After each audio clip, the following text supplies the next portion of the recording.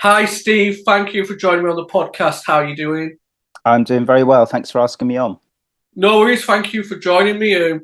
Your debut solo album is out next month. Yeah. What can you tell us about that album? The album, basically, I put together over the last 4 or 5 years. Initially, it started by writing tracks for Ride, as I do. Um, but I started with a couple of tracks that I thought would be good. But the guys liked them, but we didn't really have any projects on the go, so they got parked and they got put on a shelf for a while.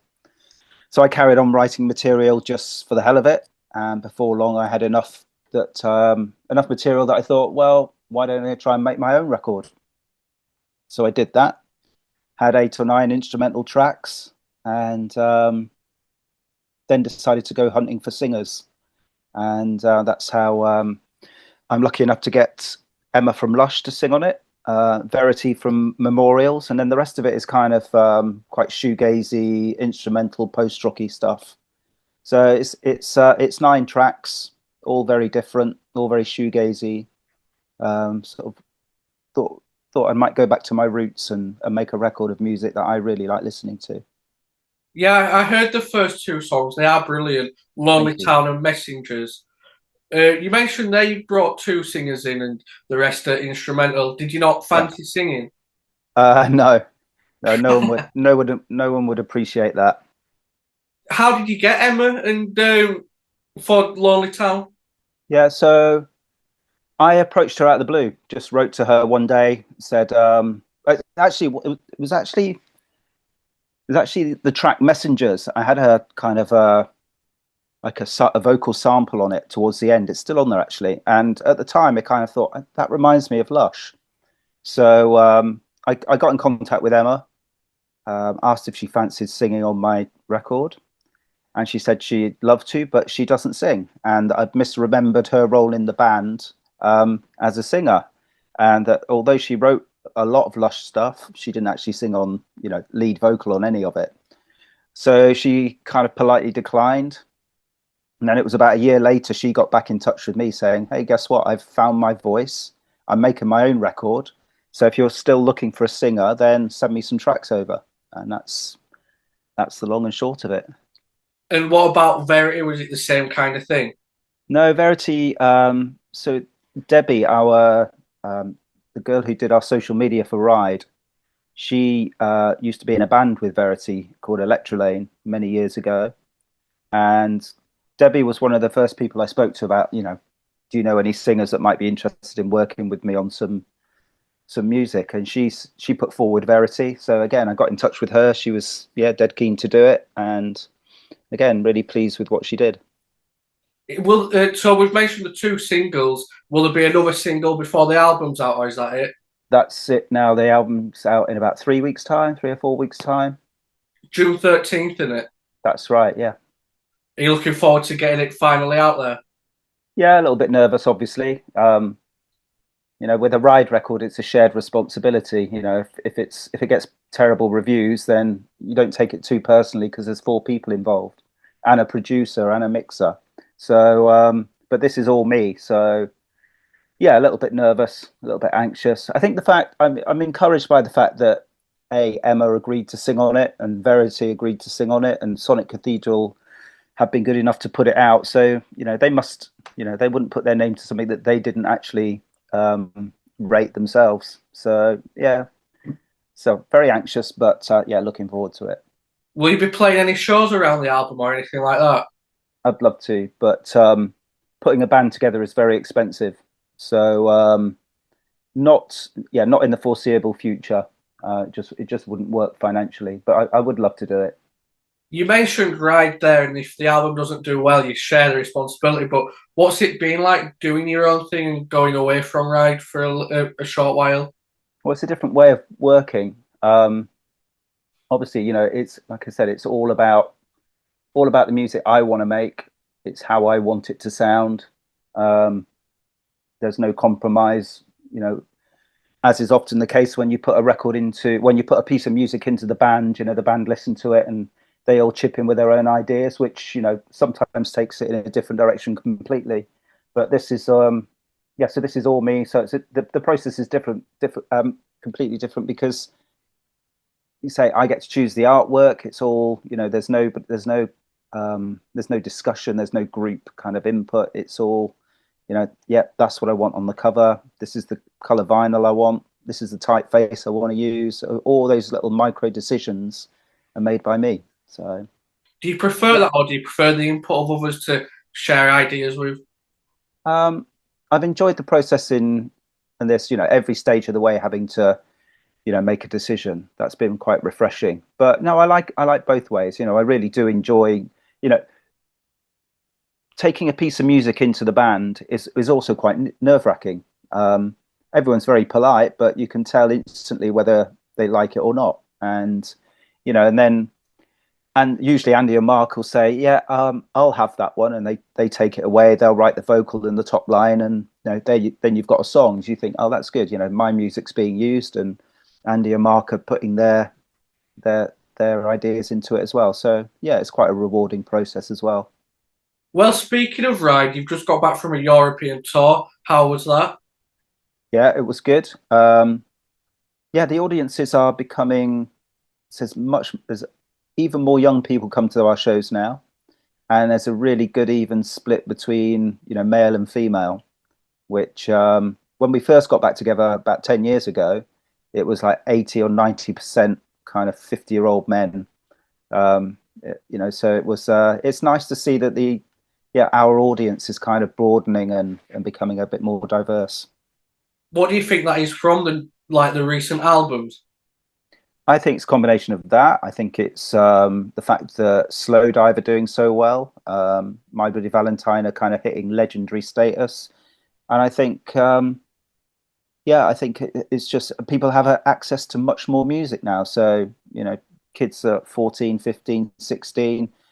They don't just have their parents' record collection to look through. They have a whole world if they, from the streaming platforms, which is one of the positive things about streaming platforms, probably the only positive thing. But I think having access to, you read about something, or you hear a track in a film, or somebody says, listen to this, you've instantly got it on your phone or your laptop, or whatever. So, you don't have to go to a record shop, listen to it, or buy it and take a risk. It's all just there ready for you to listen to. Did you work in a record shop when Ride first started? I did, yeah. When I left school, I was a hairdresser for about 3 months. Then I was employed for about a month, unemployed for about a month, and then I started working for a record shop. And I did that for 2, maybe 3 years. What was this before Ride, or when Ride was like It was early between days? school and Ride, yeah. So the first year when we were getting together as a band, that was my job. I worked in a record shop, and we'd rehearse in the evenings. I'd have to take time off if we did a gig outside of Oxford. But the record shop was really good for me. It was a really good musical education. I listened to really cool music when I was really young. I listened to a lot of reggae and a lot of dub, and then I started listening to more pop stuff. By the time I got to the record shop, I was listening to dreadful, charty synth pop, which is actually quite cool now, but it wasn't at the time. But then I started working in a record shop and got a musical education. There was a girl called Justine who was a goth, and she I think she felt sorry for me, took me under her wing, started playing me the Sisters of Mercy, the Cult, lots of 4AD stuff, and it was like a whole new world was exposed to me. So I thank her for. You can thank her for Ride, really. With Ride, did you all meet at college? Is that where it began? It began at college. So Andy and Mark were in the same school as me, a couple of years younger. I got introduced to Andy through my brother, who wanted to make his own demo tape. So in my bedroom, I had a little 4-track tape recorder, a couple of synths, a drum machine. I had loads of equipment. And so my brother wanted to make a demo tape. Andy was a guitarist, so he brought him round one day, and we kind of talked about music for a long time. And then Andy came back round, and we started making our own little demos. Mark was a very good friend of Andy, so he got involved too. Then Mark and Andy got got a place at Banbury Art College, so which is about 10 miles north of Oxford, and that's where they met Loz. He was a student there. Just so happened he could play the drums. So that was when the band was kind of formed in 1988, and we had a big our first rehearsal in Loz's mum's garage. How long had you been playing bass up until that point? Oh, I have to work this out. So 88, I would have been 20. I reckon I've been playing about 7 years, but not very well. Just playing along to, like I said, I listened to a lot of reggae when I was very young. So that's how I learned to play bass, was just following the simple bass lines. Yeah, so I mean, yeah, been playing bass for 7 years before I started Ride. Yeah. Were you and Andy in like a reggae style band before, right? Yeah, I have to. I can't lie. Yeah, so that band consisted of me and Andy and my brother who was singing. It wasn't very good. We did a few reggae covers. We did a couple of gigs. It was good fun at the time. When you're sort of, when you're young, it's yeah, it's good fun. There were a few shoegaze bands like around, but it wasn't like a massive scene. What were the band's influences coming together with Ride? Like each member's influence? Well, I think when we first started, um, we were listening to REM, the Smiths, and then very soon after we got kind of playing together, we got into bands like My Bloody Valentine, The House of Love, um, Loop, Spacemen 3, The Wedding Present. So they were all sort of quite guitar heavy bands, quite kind of psychedelic, but quite melodic as well, which was quite important. When did the band get that like shoegaze, dreamy pop sound? I think it's the sound that we naturally made together. Yeah, it didn't. I don't think it wasn't a conscious thing. It was combined with, I think, the way that we played together as a band, combined with the music we were listening to. So we were a bit like magpies at the time. We were stealing bits from, we'd have a House of Love bit, we'd have a My Bloody Valentine bit, we'd maybe, steal a bit from the Smiths. But as is always important, if you steal stuff, you've got to kind of hide it. So you start off with a stolen idea, but if you turn that into something that sounds like Ride, then that's how it comes about. Like back in the day, how come the band didn't like the shoegaze tag? Because it was used as a way to destroy a band's credibility. So there were bands like us, Slow Dive, Chapter House, all these kind of bands that were from the Thames Valley, Reading, Oxford, that sort of area. A certain music journalists decided that we had nothing to say. Our music was boring. It was unexciting. The singers had no charisma. We had no lyrics to we weren't talking about anything in particular rather than, talking, loving girls and how beautiful the sky is and look at that bird. It's meaningless lyrics. So it was a way of kind of putting us all down, saying we had nothing to offer. And all we did was get on stage, hide behind our fringes and stare at our shoes or our effects pedals. And so it was used as an insult. But yeah, I think over the next 20 years, it's become a recognized genre and is almost like a badge of honor. I was going to say it's quite ironic it was used as like a put down, but that it is like a massive scene now that a lot of fans love. Yeah. I mean, when you analyze it, it's a bit of a daft word, but yeah, it only means one thing, which is good. So was Ride's first gig at the college that Andy and Mark went to, Yeah, the Loz? yeah, that's right. I think we played for about 20 minutes. Yeah, we've got some photos. I don't know if we've got a recording of it, but yeah, I mean, it was in front of 20, 30 people. We just made a racket. Yeah, that was our first gig. Did you enjoy it playing live? Uh, can't remember now. I think it was pretty scary at the time, but yeah, I think we must have enjoyed it because we went on, did another one. Well, probably another 1,000 after that. So it must have been good. When did a buzz start like happening around the banks? It didn't take long, did it? No, we were very lucky. We made a couple of good demo tapes that we took around some Oxford record shops, and put them in there for people to buy, and we sold them at gigs. And it just so happened that Oxford had a visit from a couple of A&R men from Warner Brothers. They came down to Oxford kind of just out of interest to see what was going on, and someone suggested they came to see our gig. They came to see our gig, loved it, and that was it. Basically, they said, right, we want to make your next demo, we want to mix it, we want to put your first record out. We're going to stick you on a support tour with the Soup Dragons, who were quite big at the time.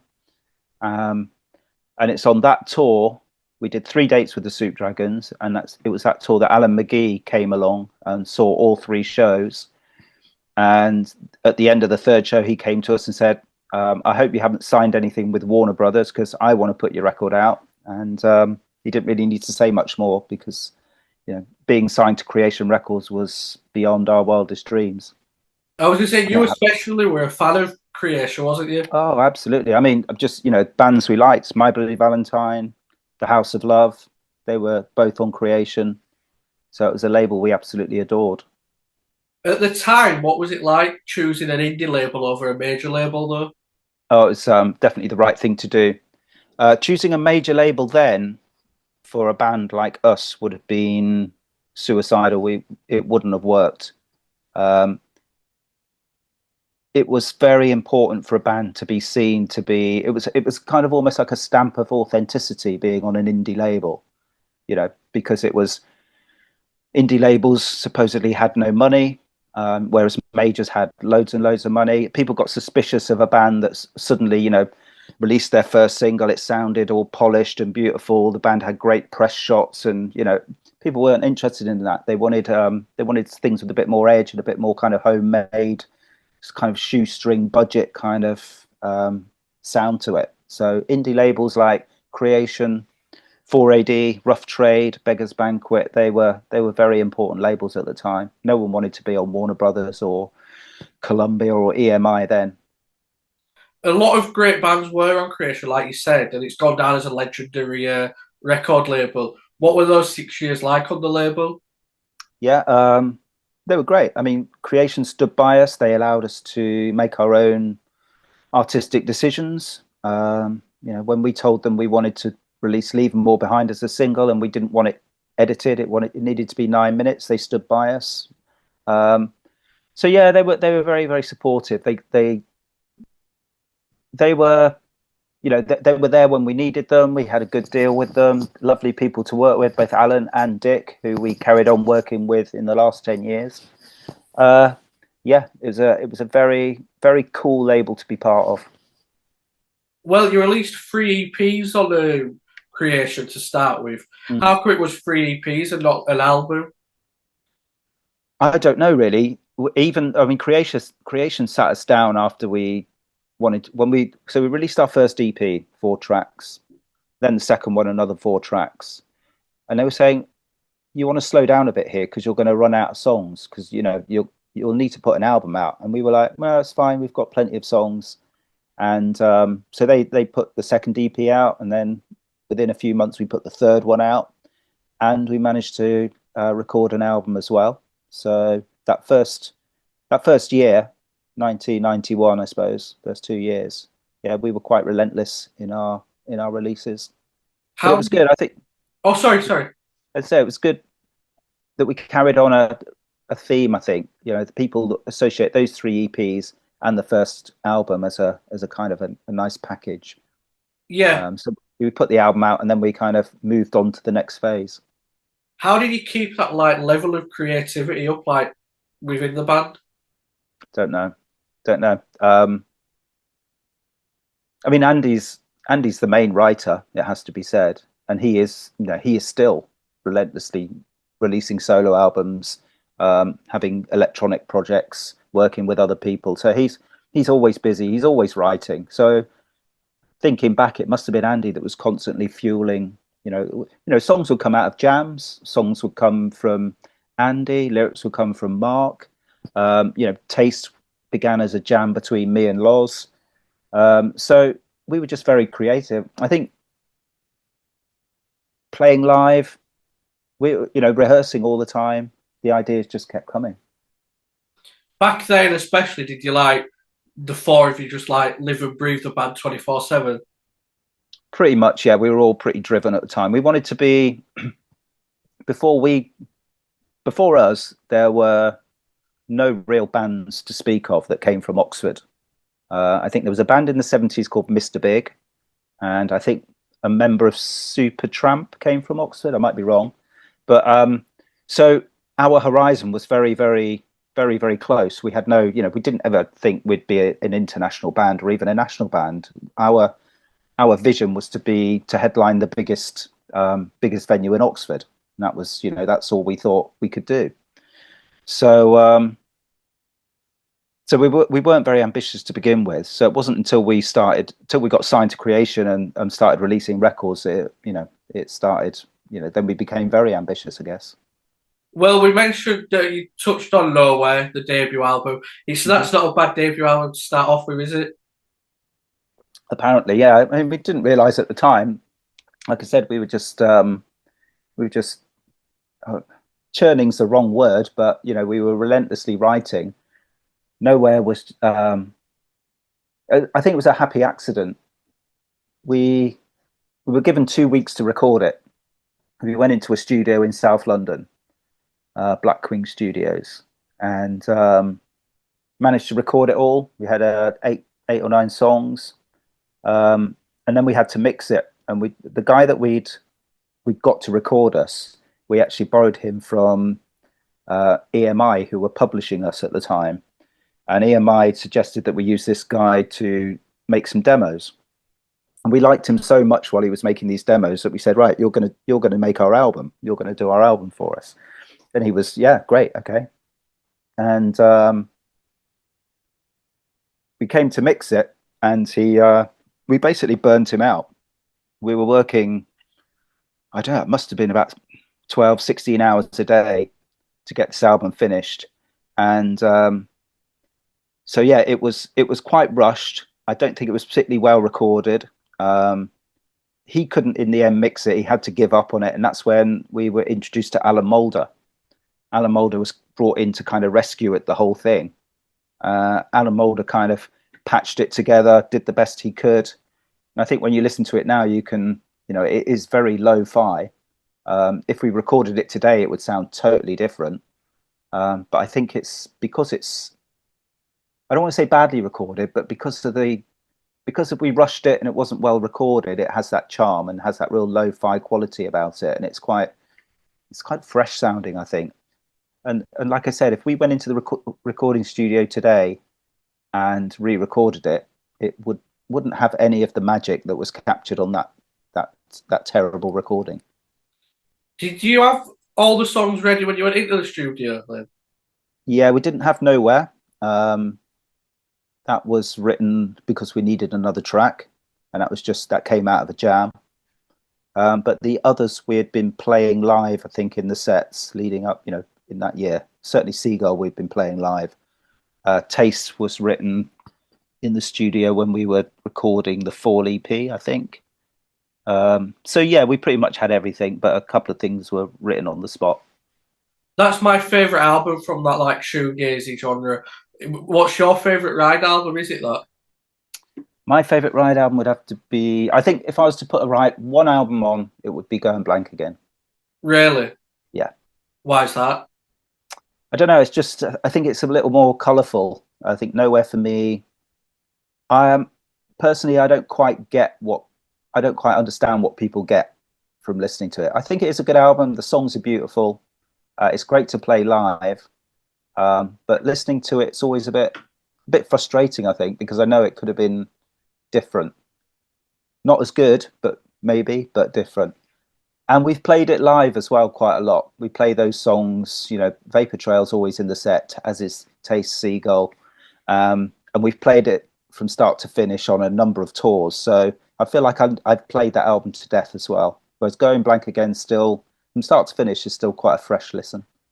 It's a bit more moody as well, isn't it, Nowhere, compared to Going Blank Again? Yeah. Going Blank's a bit more sunny, and say a bit more colourful. They are two brilliant albums, can't argue with that. What was it like recording Going Blank Again then? That was really good fun. we went into the studio with Alan Moulder from the start this time. So first time working with an actual producer. Um, yeah, we were experimenting a lot. We felt really confident after putting Nowhere out and putting the Today Forever EP out, and it, getting really good reviews, and people, the shows were good. We were feeling quite confident when we went in to do Going Blank, and yeah, really good time, really good buzz. Alan Moulder was great to work with, really good ideas, great stories. Yeah, really, really good fun album to make. Like with the Today Forever EP, like you mentioned, you relentlessly like writing and bringing out music. Was that to keep the band in the conscience of people? Don't think we thought of it that way. I think bands and artists are a little bit obsessed with that kind of concept now. They feel like, with social media, they're constantly having to feed it and stay relevant. There wasn't so much of that. I think we were just excited about being in a band and putting records out. You put a record out, it meant you could go on tour again and, finish that tour, think about another record, and so on and so forth. And that actually led to our demise, I think. The fact that we recorded, we toured, we recorded, we toured until we basically split up. We should have taken a break maybe after the third album, taken stock a little bit, decided, which direction we wanted to go in. But instead, I think because Carnival of Light stalled a little bit, we were on a constant upward trajectory up until that point, and that's where we kind of flatlined. And I think out of panic, we went in and did Tarantula, when really we should have just taken a step back, maybe gone on holiday, and come back refreshed and begin again. But yeah, but that's what we were like. We were just workaholics, I guess. You mentioned there you were constantly on like an upwards trajectory, and but you mentioned before like you're from Oxford, and you didn't have any ideas of going like international and national. But I saw an interview with you in 1990, and you were saying it was scary how fast things were going. Yeah. Wasn't it really that like crazy? Yeah, because you expect to spend years before you get discovered. You expect to be playing shows for all around the country, supporting other bands, and didn't really expect to get anywhere. But no, for us, we had a big selling album that everyone seemed to love. Our second album, our single got in the charts, Leave More Behind got to number 9, which was uncharted territory for a band like us. So yeah, it was really, really exciting. So you mentioned with touring and stuff. Would you say you saw problems when you were touring Going Blank again? Was that where it started, though? No, I think the problem set in when we started touring Carnival. I might have got that wrong, but that's how I kind of recall it. I think we did a big American tour, and you could tell people were getting a bit tired and a bit starting to question, whether we were doing the right thing anymore. Whether we were making. What I mean by that is whether we were, making the right sort of music, whether we'd made a musical mistake, gone in the wrong direction, whether we should have, made another Going Blank again, maybe tried to make another Nowhere. But we didn't. We did Carnival of Light, and yeah, probably shouldn't have done. But how do you personally look back at that album? I don't like it at all. I think it's got a couple of moments on it. I didn't enjoy recording it. It's a very dark album to make. We took ourselves off to a very kind of isolated studio down in Cornwall. Actually, it's not that isolated, but you could only really get there by boat or along a little narrow footpath that went on for about half a mile along a river. And so when you were in there, you did feel very isolated and cut off. There were no, we didn't have mobile phones. And yeah, it was just a little bit homesick, a little bit. Yeah, it was just a very sort of painful, miserable album to make. Certainly from my point of view, I didn't enjoy it one bit. Do the other members feel that, like looking back at the album as well? I think everyone thought it was a weird album to make. It was a weird vibe. Having said that, there were some good moments. One of the things we still always talk about was the producer John Leckie. Every day he would He'd get into the studio before us, switch everything on, get everything warmed up. We'd wander in. He'd wait till we all had breakfast and wandered into the studio, and he'd put some music on. And it would be one day it would be Alice Coltrane, music we'd never heard of before. The next day it'd be Dr. John. Again, never heard of this guy, but what's this track? It's amazing. And then he put on another track one day. We came in, and it's this massive bass line, really psychedelic, wobbly bass line, mad singing. It's like, what the hell is this? And then we thought, is this the new Stone Roses album? Because John Leckie had worked on the previous Stone Roses album, and so this was before Second Coming. Everyone knew that there was going to be another Stone Roses album. And we all looked, is this the new Stone? Has he got a copy of the Stone Roses track? Anyway, it turned out to be the Dukes of Stratosphere, who were an XTC offshoot. But the track's amazing. Can't remember what it's called now, but so there were great moments like that where we were getting a great musical education. But I don't know. I think the other part of it is we felt very, very produced. John Leckie was in control of those sessions. It wasn't like previously with Alan Moulder, where it was we all worked together and we all had a laugh together, and no one was in charge as such. John Leckie he worked in a completely different way, and he was a bit of a taskmaster. He's a nice enough guy, and he's a very, very good producer. But yeah, I think a combination of working that way and being in that environment made it a very kind of weird, dark vibe, from my point of view. Ride had a big impact on the Britpop bands that came around that time. What was it like with that album? Was you trying to get a Britpop sound? I think subconsciously, yeah. I think we were trying to get. I think the aim was to sound a bit more American, a bit more kind of West Coast Americana type sort of. That kind of like LA kind of West Coast 60s sound. It was all about the 12-string Rickenbackers and the songwriting, very sort of mid-tempo songs. It wasn't. I don't think Britpop was necessarily a big thing. Obviously, Oasis had come along at that point, but they sounded just like Britpop hadn't really been invented. Oasis are the epitome of Britpop with hindsight, but at the time they were just a really amazing new guitar band, that wrote amazing, catchy, tuneful songs. So yeah, I don't think we were aiming for a Britpop sound, because I don't think the Britpop sound really existed. Sorry to go back a bit, but your first international tour in the Japan ticket sold out within like a few minutes. What was that tour like? Well, that was, yeah. I mean, yeah, you get told you're going to Japan, so that in itself is exciting, an exciting prospect. I was a big fan of the film Blade Runner, so I thought I was going to go there. It's going to be Blade Runner everywhere, and it was. It didn't disappoint in that respect. It's such an amazing. It still is such an amazing place. I would love to go back tomorrow. It's so cool. But yeah, we got there. There was a real appetite amongst the young Japanese people for Western music and British guitar bands. They couldn't get enough of it. So we got off the plane and we got met by hundreds of fans waiting for us, and it was like, wow, this is, we're like the Beatles. So yeah, that first tour was absolutely incredible, really exciting. The environment was exciting. The way they did things out there was totally different. We were playing shows at 6 o'clock in the evening with no support band. We were finished by 7 o'clock, and we had Tokyo to explore in the evening, whereas gigs don't really start until 9 here. And that's what we were used to. Actually, I say here, all around the world, 9 o'clock.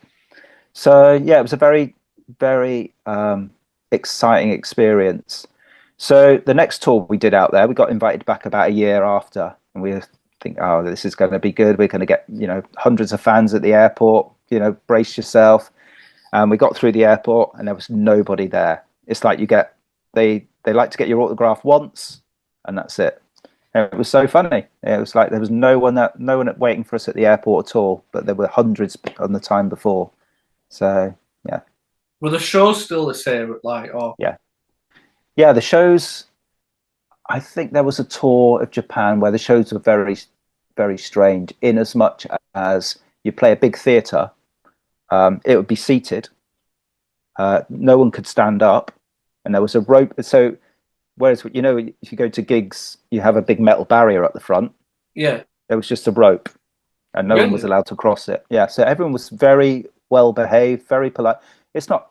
I'm painting a terrible picture here. It's not kind of there wasn't like a dictatorship or anything. It wasn't. People were free to do what they wanted, but it was just they were just so well behaved. And after every song, there would be a short applause, and then silence. It was very, very odd. Um, and it still is a little bit like that. Although there is, yeah, people do get up and dance a bit more and jump around a bit more than they used to. But in the 90s, it was quite a different place, quite Would a you different vibe. would you dare have done that in England with just a rope in front of you? Definitely not. Definitely not. I mean, the early gigs in the UK, you play to 100 people in a tiny venue, and people just they'd be half on stage anyway because there were no barriers. So you'd have to keep moving your effects pedals back, and people just lying on the stage. Yeah, crazy times. What is the craziest thing you've seen at one of your gigs? I don't think anything crazy has happened really. We've had a few stage invasions I mean, we were attacked by a pro-Palestinian. Um, what would you call him? I guess he's a pro-Palestinian supporter. Mark did a gig in Israel, a solo gig before the band got back together, and this guy took massive offence to that and decided to get on stage at the Victoria Park show that we did back in 2015. That was quite scary. It turned into nothing, and yeah, it's funny how 10 years later, my sympathies are probably with him now. But yeah, I think that's the craziest it's got with the odd person, the odd sort of stranger getting on stage. Always kind of it makes you jump and it makes you think what's going to happen next because could be dangerous, but it turns into nothing usually. Someone gets on stage, someone else will pull him back off again. But yeah, that's the craziest thing you see. We mentioned before, you mentioned Tarantula, and you mentioned you didn't like being in the studio for Carnival of Light. Was it the Yeah, same with Tarantula? Tarantula was totally different. It was I think we knew the band was ending at that point, but we had an album to make. We made it in central London. Worked with a lovely guy called Richard Digby Smith, who had worked with a lot of kind of classic EMI bands. I want to say Pink Floyd, but I don't think it was Pink Floyd. Anyway, Traffic and Steve Winwood, I think he worked with. Anyway, he was really lovely to work with, very relaxed. And I think despite, and we always slag off Tarantula, I don't think the songs are particularly good, but I think the playing's good, and I think the sound of the record is really good. And I think we were I think because we knew it was probably going to be our last record, we just got on with it, and it wasn't a bad atmosphere at all, and I say very laid back. You could go out, after a day's recording, you had London on your doorstep, which we all still lived in Oxford at the time, so that was quite exciting. Yeah, that was yeah, quite an enjoyable, and we had a couple of session guys on it as well, which changed things up a bit. So yeah, it was good fun. What's that like though when you know the band's coming to an end, like this thing you've been doing for 7, 8 years is like petering out? Yeah, um, it was very strange. The day we decided to split up was a very strange day.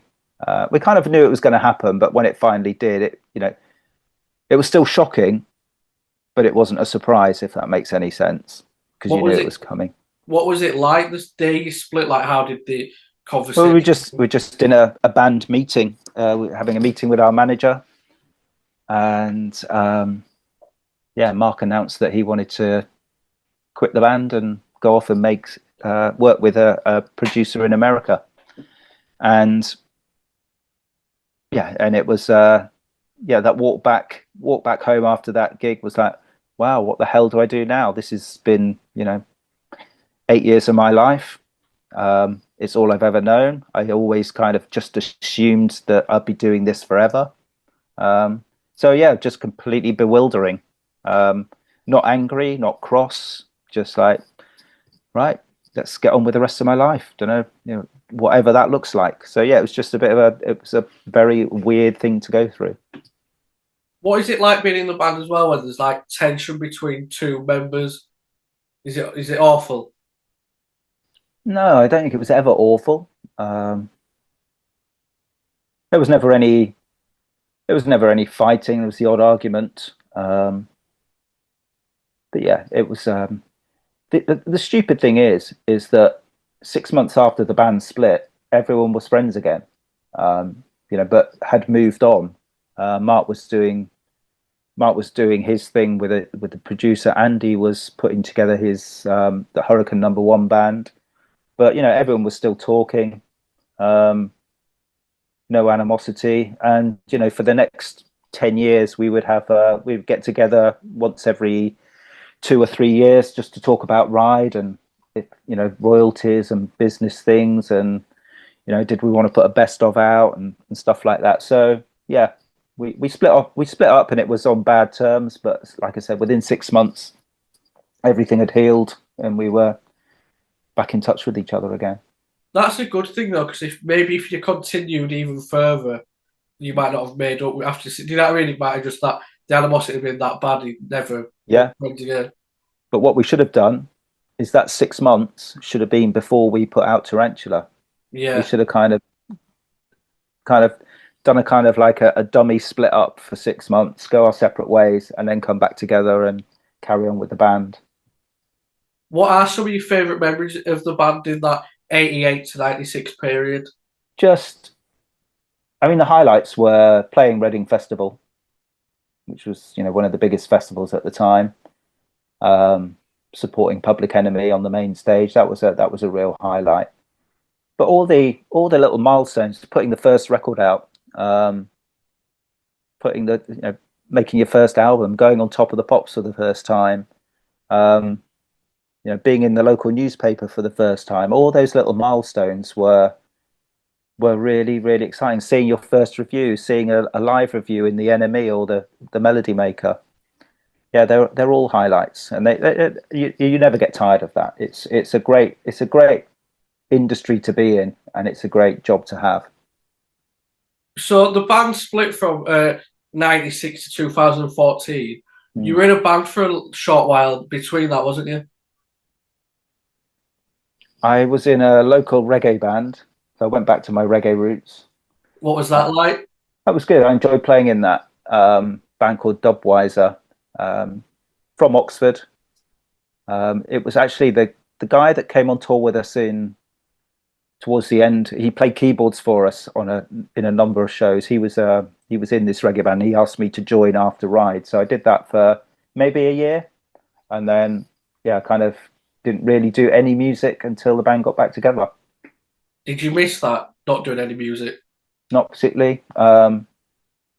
My life had moved on. I had a kid, um, had a new career, um, met my wife now, and yeah, life just moved on. So when the band came back together in 2015, again, it was like life was starting all over again, going on another kind of a new cycle.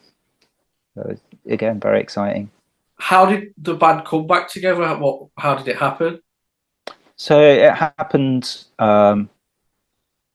Basically, we were offered a headline at Primavera. So we were the guys that organised that got in touch with our manager and said, do the band want to reform? And if they do, there's this offer on the table.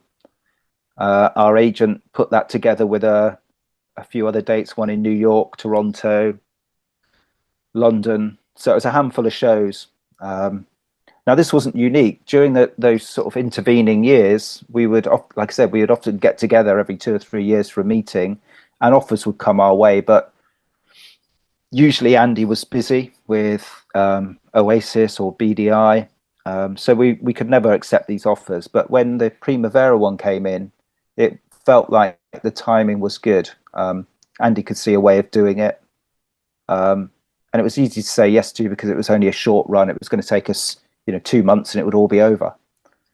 So we decided, yeah, let's do it. And that's what we did. But then those 2 months turned into a whole year of touring around the world, getting more and more dates put in the calendar. And it was during that first year that we decided that maybe we should make another record. So that's really, and it's been going non-stop for the last 10 years. Yeah, you've released 3 studio albums since then. Mm. The last one being last year. What's it been like going back into the studio with Ride? Yeah, good. Really good. I'd say certainly the first two felt very much like making Going Blank again. I described that we felt very confident, felt very kind of relaxed, felt like you could contribute lots of ideas, lots of experimenting. So yeah, it was a bit like that. Both those first albums were working with Errol were really, really good to make. So you mentioned it's been about 10 years since you got back together. What's it like in the band these days, like touring and stuff and recording, and are you still enjoying it? Yeah, it's great. It's great. Everyone's great. We're all grown up now. We're mature. We've all got kids, families, so we know how to deal with bad moods, conflict, and all those things. So yeah, it's quite a sweet place to be. So as we mentioned at the start of the interview, you've got your debut album out next month. Good luck with that. I'm sure it'll be great. If it's Thank anything you. like the first 2 songs, which I did enjoy. Okay, well, it isn't, but Well, like you said, the rest are it's instrumental. instrumental. Yeah, no, it's yeah, I'm very pleased with it, but like I said, very nervous about people hearing it. Let's see what they make of it. So where will people be able to get? Is it just going to be on streaming platforms and usual record shops Yeah, and stuff like that? yeah, it's coming out on vinyl. Be available in record shops from Bandcamp. It'll be on all the streaming platforms. So yeah, be readily available. Right, thank you. And thank you for your time. It's been great to speak to you about your new solo career and Ride and everything. So it's been a pleasure. Thank you. Thank you. Thanks for your time. Nice one. Thank you, Steve. Cheers. Take care. Bye, you too. Bye bye. See ya.